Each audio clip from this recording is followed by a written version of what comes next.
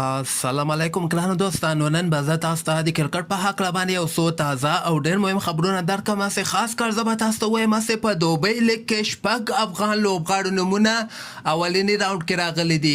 دغه کوم لوبغاړي دي هغه به زه تاسو ته وایم، او بل به زه تاسو ته وایم هسې هندوستان هم خپله لوبډله ایشا کپ ته اعلانه کړې ده. ویراټ کوهلي چې کوم ده دوباره ایشا کپ ته راوستلی ده. او دې نه علاوه به زه تاسو ته دغه د افغانستان او د آیرلینډ چې کومې لوبې ترسره کیدونکې دي دغه په کوم چینلونو باندې لایو نشر کیږي او تاسو څنګه کولی شئ دغه لوبې لایو وګورئ، هغه به هم که خیر زه تاسو سره شریکوم. مهم معلومات در سره شریکوم، ویډیو تر اخره پورې وګورئ، په هر څه به تاسو پوه شئ. نو راځم اول زه تاسو ته وایم هسې دوبۍ لیګ چې کوم ده چې دغه بل کال 2023 اولنۍ میاشته جنوري میاشته کې که خیر ترسره کیدونکې ده. په دغه کې پاکستان کرکټ بورډ وایي چې موږ خپل لوبغاړو ته اجازه نه ورکوو چې په دوبۍ لیګ کې ولوبېږي، ځکه دوی وایي چې په دویمه میاشته کې پاکستان سوپر لیګ هم ترسره کیدونکی دی. یعنې د موږ لوبغاړي که چېرته په دوبۍ لیګ کې لوبه ترسره کړي نو د پاکستان سوپر لیګ سره به خلک دلچسپي به کمه کړي، ځکه بیا هغه پاکستان سوپر لیګ دومره ښه نه ځلیږي. دوبۍ لیګ کې ډېره زیاته پیسه ورکول کیږي. زه به تاسو ته وایم 4.5 لکه ډالر په یو لوبغاړي ته په دوبۍ لیګ کې ورکول کیږي. هغه A کټګري لوبغاړو ته 4.5 لکه ډالر ورکول کیږي، او همدغسې نورو لوبغاړو ته هم ډېرې ښې پیسې ورکول کیږي. خو بیا هم پاکستاني لوبغاړي غواړي چې په دوبۍ لیګ کې ولوبېږي، خو پاکستان کرکټ بورډ دوی ته اجازه نه ده ورکړې. خو دغلته به زه تاسو ته وایم چې په اولني راونډ کې د افغانستان شپږ لوبغاړو نومونه راغلي دي. په دغه لوبغاړو کې به زه تاسو ته وایم مجیب زدران ده، حضرت الله زازی ده، نور احمد ده، قیس احمد ده، نویر الحق ده او رحمان الله ګربز ده.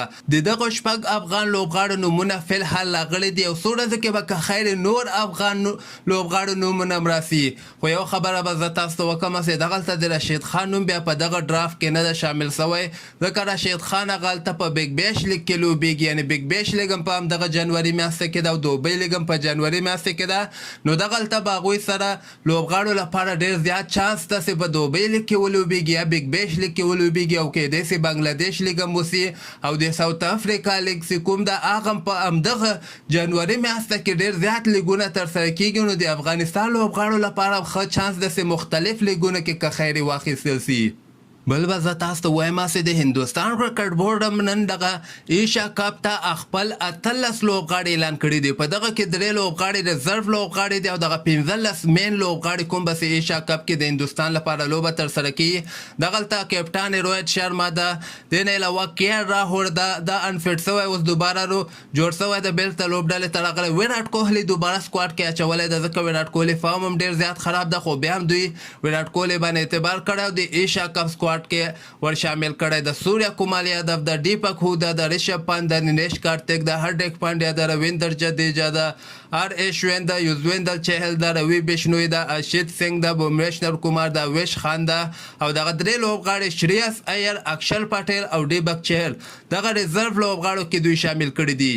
او بل به زه تاسو ته وایم چې آیرلینډ دغه اعلان کړی ده چې د افغانستان او د آیرلینډ چې کومې 15 ورځې لوبې ترسره کیدونکې دي. دغه تاسو مختلف ځایونه کې کتلی شئ چې دغه لیست تاسو وګورئ. هندوستان کې په فین کوډ یو ایپ ده، دا د هندوستان ایپ ده، دغه کې هم تاسو دغه لوبې لایف کتلی شئ. په ساوت افریقا کې بیا سوپر سپورټ باندې دغه لوبې لایف نشر کیږي، او دغلته ویسټ انډیز د ځایو کې بیا فلو سپورټ باندې نشر کیږي. افغانستان کې په اتصالات لیکلي دي، دا امکان لري په اریانا تلویزیون باندې یا ملي سپورټ باندې لایو نشر سي. ساوت افریقا کې په 11 سپورټ باندې نشر کیږي، او کینیډا او همدغسې امریکا کې په ویلو ټي وي باندې دغه لوبې لایف کتلی شئ.